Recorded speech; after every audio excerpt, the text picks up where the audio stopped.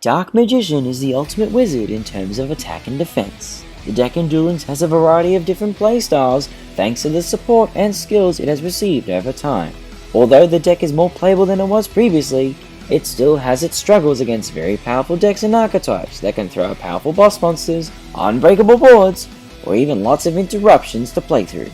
Is it possible to beat these powerhouses? In this series, we will be going through them one by one and breaking them down, finding their weaknesses and using them to our advantage. Welcome to Cast Out the Meta with Dark Magician. In today's episode, the archetype we're looking at is Lyrilusc, an archetype so strong that it played a vital role in warping the meta from its debut until December 5th, 2024. Some of the cards mentioned in this video will have their limitations mentioned, as well as what they were previously. If you haven't played Duel Links before, the limited list works differently compared to Master Duel and the TCG/OCG. Limited 1 only allows you to use one card from the Limited 1 pool, Limited 2 only allows you to use 2 cards from the Limited 2 pool, and Limited 3 only allows you to use 3 cards from the Limited 3 pool. You'll need to keep these limitation restrictions in mind for various cards in this video. Lyrilusc debuted in the Majestic Magic main box and is commonly paired with the skill Lyrilusc Bird Humming. Lyrilusc Bird Humming locks the player into summoning Lyrilusc and level 1 monsters for the entire duel, but allows them to use 2 effects to set up their plays. The first effect allows them to reveal 1 Lyrilusc monster in their hand, and then send any Lyrilusc monster from their deck to the graveyard. If their opponent controls a monster, the second effect allows them to send 1 monster from their field to the graveyard and play 1 Lyrilusc monster from their deck to their field face down, and its battle position can be changed. Both of these effects are once per duel, which was a good decision by Konami, as this archetype can become very annoying to play against very quickly. So how does Lyrilusc work? Lyrilusc focuses on Xyz summoning the ace of the deck, Lyrilusc assembled Nightingale, as well as other supporting Xyz monsters, using their combined effects to stop you from dealing them damage and slowly beating you down until you lose all your life points without even normal summoning a monster. Before we examine the extra deck monsters, we need to start with the main deck monsters, where all the trouble begins. The first monster is Turquoise Warbler. It can be special summoned from the hand if the player controls no monsters, and if it's special summoned, it can special summon a Lyrilusc monster from the player's hand or graveyard, which can easily start the deck's combos. This card was previously unlimited, allowing the player to easily get 2 level 1 Lyrilusc monsters onto the field. It is currently limited 2, which competes with another card in the deck that we'll discuss in just a moment. The next monster is Celestine Wagtail, which adds 1 Lyrilusc spell or trap card from the deck to the hand if it's special summoned, and if it's in the graveyard, it can target a Lyrilusc Xyz monster the player controls and attach itself to the Xyz monster as material. We're not finished here, however, as we need to look at 3 monsters that provide additional effects for Xyz monsters: Cobalt Sparrow, Beryl Canary, and Sapphire Swallow. Cobalt Sparrow is one key to making your duels difficult, as when Cobalt Sparrow is special summoned, it can add a level 1 winged beast type monster from the deck to the hand, allowing them to search for any Lyrilusc monster to continue their combo, or even DD Crow to grant themselves more interruptions. Cobalt Sparrow's second effect, however, is where the deck gets a lot of its strength. If a Wind Xyz monster is summoned using Cobalt Sparrow as material, it gains the effect of being unable to be targeted by the opponent's card effects. As it was previously unlimited, the player didn't have to worry about their only Cobalt Sparrow being banished from their field or graveyard, as they would run multiple copies. Currently, however, it is limited 2, meaning that it clashes with Turquoise Warbler for space and will force the player to either use only 1 Cobalt Sparrow to play 1 Warbler as well, or get rid of Warbler to play 2 Cobalt Sparrows so they don't lose their targeting protection completely. For Beryl Canary, it has an effect that activates in the hand and targets 1 Lyrilusc monster in the graveyard in order to special summon them both to the field. The effect will lock the player's extra deck summons to only Xyz monsters, but this isn't going to change anything for Lyrilusc players. Just like Cobalt Sparrow, Beryl Canary has a second effect for Xyz monsters. If a Wind Xyz monster is summoned using Beryl Canary as material, it gains the effect of increasing its attack by 200 and being unable to switch control. So cards like Mind Control won't work on a Wind Xyz monster that's summoned using Beryl Canary. Previously, Beryl Canary was unlimited, meaning the player could run 3 copies of Beryl Canary and run any limited 3 spells and traps they'd like. Currently though, Beryl Canary is now limited 3, meaning that a Lyrilusc player will need to either give up a copy or 2 of Beryl Canary for more powerful staples, or run 3 Beryl Canary for optimal consistency. And finally, we have Sapphire Swallow. If the player controls a Winged Beast type monster, Sapphire Swallow's effect in the hand can special summon both itself and one Lyrilusc monster from the hand. Just like Cobalt Sparrow and Beryl Canary, Sapphire Swallow also has a second effect that benefits Xyz monsters. If a Wind Xyz monster is summoned using Sapphire Swallow as material, it gains the effect to target one Lyrilusc monster in the graveyard upon being summoned and attach the target as material. So that is all of the main deck Lyrilusc monsters, but we're not finished yet. We still have the spells and traps to look at. Bird Call is the archetype's main starter, as it can take one Lyrilusc monster from the deck and either add it to the player's hand or send it to their graveyard. Then the player is allowed to special summon one Lyrilusc monster with a different name from their hand if they choose to do so.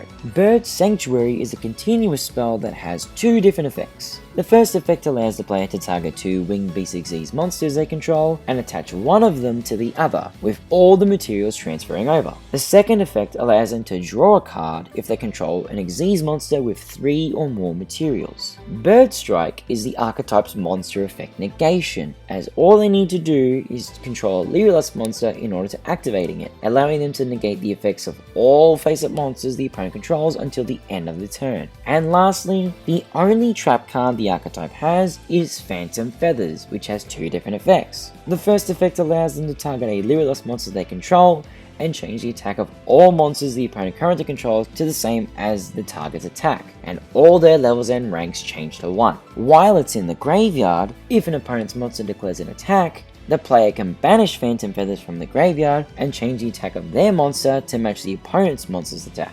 We've covered the main deck monsters and the spells and traps that are part of the Lyrilusc archetype. Now we need to tackle the extra deck monsters. First up, we have Recital Starling, which has quite a few effects. The first effect, when it's Xyz summoned, it can target one monster in the field and give it 300 attack and defense for each material that's attached to Recital Starling. Its second effect allows the player to detach one material from itself to add a level 1 Winged Beast type monster from the deck to the hand. Then we have the third effect, which is its battle damage effect. Any battle damage that the player takes from battles involving the Xyz summoned Recital Starling will also be inflicted to the opponent. Pair 2 of these together and they can become deadly very quickly. Next we have Promenade Thrush, which also has multiple effects. Its first effect is a continuous effect that grants it 500 attack for every material attached to Promenade Thrush. Its second effect allows the player to detach one material in order to target one spell trap the opponent controls and shuffle it into the deck, with this effect being a once per turn for each copy of Promenade Thrush.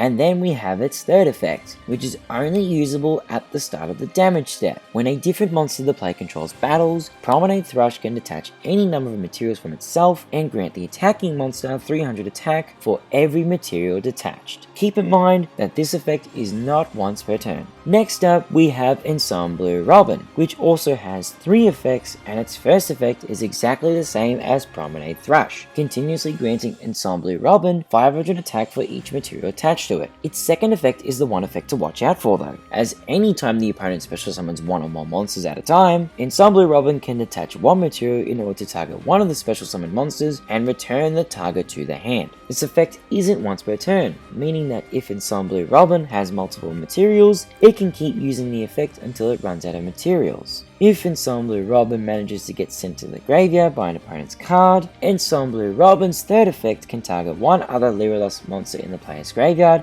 and add it to their hand. This card was previously limited 1, but is now unlimited due to another Lyrilusc monster taking its place. And finally, we have the boss monster the entire deck revolves around, Assembled Nightingale. Nightingale has a whopping 4 effects to keep track of, so let's go through them. The first effect is a continuous effect that gives Nightingale 200 attack for each material attached to it. Nightingale's second effect is a continuous effect that allows it to attack the opponent directly. The third effect is a continuous effect that allows it to attack a number of times each battle phase up to the number of materials attached to Nightingale. And the fourth effect, the one that wraps up the card and the entire deck, is a doozy. During either player's turn, the player can detach one material from Nightingale to prevent any Lyrilusc monsters from being destroyed by battle or card effects for the rest of the turn, and the player will not take any battle damage for the rest of the turn either. Assembled Nightingale gives the deck the ability to bypass any towers the opponent may present and stop them from taking battle damage during either player's turn. While this card was unlimited, it became a menace to play against and was even used in non-Lyrilusc decks. With Nightingale being a limited 1, Lyrilusc players cannot use any other limited 1 cards and forces other decks to drop this card.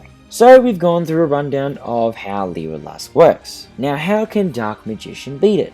Lyrilusc is a very difficult matchup to begin with. The fact that Assembled Nightingale can deny all damage for a single turn can be very hard to deal with. The moment Assembled Nightingale hits the field, getting rid of it is immediately priority number 1. If it's Xyz summoned with Cobalt Sparrow, you will have to resort to using cards that do not target just to deal with it. If the opponent is attempting to use Nightingale's effect, negate its effects if you possibly can, or you'll have to wait a turn to deal them any damage. And most importantly, any Xyz monsters that gain effects from Cobalt Sparrow, Sapphire Swallow, or Beryl Canary will lose them the moment they are flipped face down, so getting them face down is a good strategy to employ. Denying the opponent access to Cobalt Sparrow by getting rid of it the moment a copy hits the field is a good way to leave the opponent vulnerable to targeting effects, especially if they only run a single copy of it. Also, if a Lyrilusc monster in the graveyard is attempting to attach to an Xyz monster, or is the target of a Beryl Canary, or Xyz monster summoned with Sapphire Swallow, getting rid of the monster that's in the graveyard will cause the effects to resolve without effect. In terms of what we have that can beat Lyrilusc, DM is very limited in available options to deal with the opponent's Xyz monsters.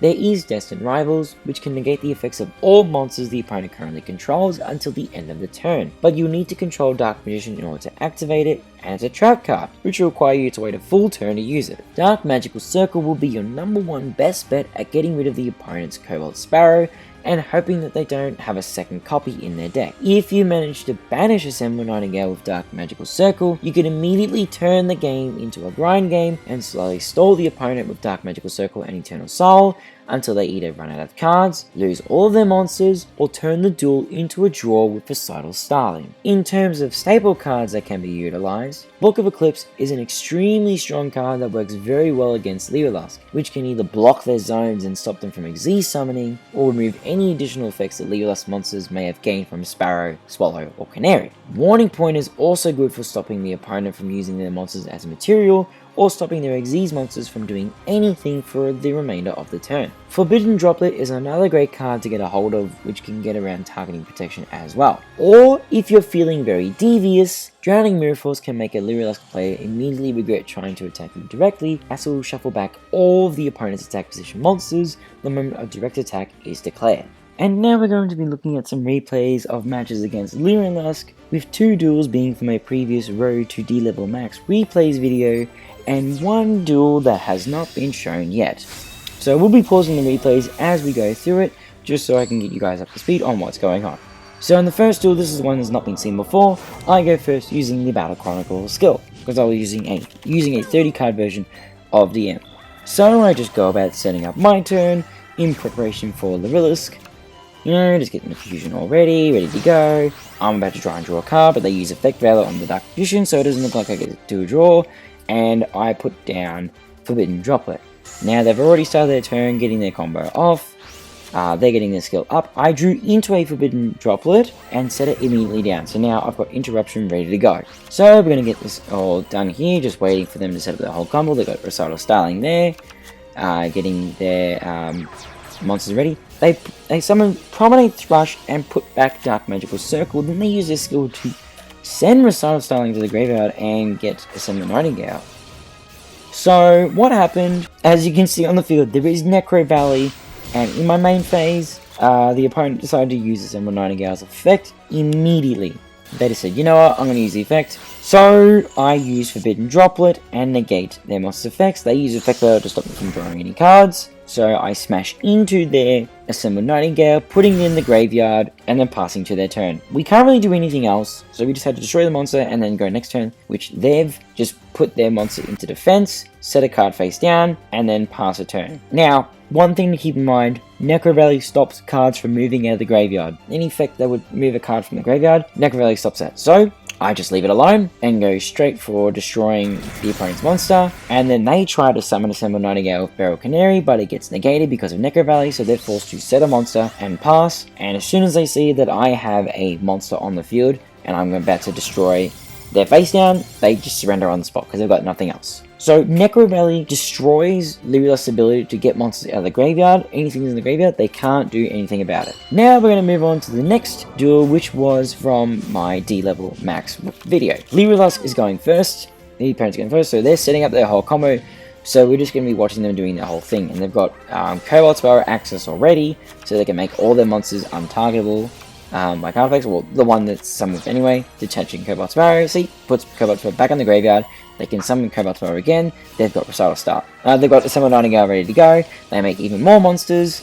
Just getting everything all set up, ready to go. Ensemble Robin, setting turn and pass. Now, when I drew for turn, now I already had Book of Eclipse in hand, right? I draw for turn Apprentice Illusion Magician. Now, the immediate thing I did, switched on and activate Book of Eclipse in the draw phase. The reason being, once Book of Eclipse sets everything face down, Cobalt Sparrow's effect to stop them from being targeted will no longer apply. So we have to get rid of that straight away. So they use Assembled Nightingale's effect since they have no choice. They won't take any damage this turn, so I simply get everything set up ready to go. Now I think in this duel I momentarily forgot that I could target them. So what I did was I just set up my field, get a draw. I drew into Successor Soul actually, which was a very good draw. I didn't use it this turn, so we keep going. They all get flipped up. The opponent draws 3 cards. The opponent's ready to start attacking. They activate Bird Sanctuary. I draw a card. I draw in a circle. Leave circle. And so here's the problem. They've used Bird Sanctuary's effect to boost Assembled Nightingale. Assembled Nightingale, I am aware that they cannot deal lethal at the time, so I let this go. Let this go. Let them do whatever they want, and we don't use anything yet. So we let them attack. Now it's my turn. So I've got a way to get DM onto the field, activating Circle, or they chain Assembled Nightingale. I get Eternal Soul ready to go. The Dark Magician draws a card. I then activate Pierce in the Darkness. And now that I summon Blackluster Soldier, I can draw a card, which was another Forbidden Droplet. So with the skill, I grabbed Dark Magic Inheritance, sent DM to the graveyard, and there is still a DM left in my deck. So I activate Successor Soul, send Ensemble Robin to the graveyard. Important point, not Nightingale. We don't want them to have any access to Nightingale whatsoever. We send Ensemble Robin to the graveyard, summon DM, and use Circle to target Assembled Nightingale and banish it. And then I just chain Dark Magic Inheritance to grab a card, so that way I can threaten their whole back row with Dark Magic Attack. They grab Sapphire Swallow. Assembled Nightingale is now out of the game. This duel is in our hands. They have to either force a draw, or they have to keep stalling until they run out of cards, or until they can find a way to get rid of my stuff, which is not going to happen in this duel. So I use Dark Magic Attack, blow up the entire back row, which it was a Book of Eclipse. We set a Forbidden Droplet, and then pass turn, and then I drew into another copy of Forbidden Droplet. Really sweet. So they decided to make Recital Starling. They're going to try and force a draw. So what I do instead, because I know I can't let them win at any cost, so I negate Recital Starling's effects by sending DM to the graveyard. They chain Forbidden Chalice to mine the Dark Magician to stop me from drawing, which is fine. They ran out of time, they couldn't do anything else. They were trying to go really quick, but it was just over. So that was the time limit win, but what would have happened during that duel if there was more time? I would have set Eternal, I would have used Forbidden Droplet to negate Recital Starling's effect. I would use Eternal Soul to, get the constant DM to field and then keep going into the graveyard, get that style of gameplay just going over and over, and then they would eventually run into cards or just surrender. In conclusion, Lyrilusc can be an extremely difficult matchup if you have nothing in your deck to counter their monsters through non-targeting methods. Managing to successfully deny them access to Assembled Nightingale will slowly cause their deck to fall apart and open up a weakness we can use to our advantage. If Assembled Nightingale manages to hit the field, and you have no way to stop its direct attacks, the match will surely fall into the opponent's hands, so ensure that Assembled Nightingale is removed at all costs. And that is all for today's video on beating the meta with Dark Magician. I hope this video helped provide you with some ideas and strategies that you can use in your Lyrilusc matches. If you want to see more, make sure to show your support and subscribe for future episodes. With that being said, thank you very much for watching, and I'll see you all next time.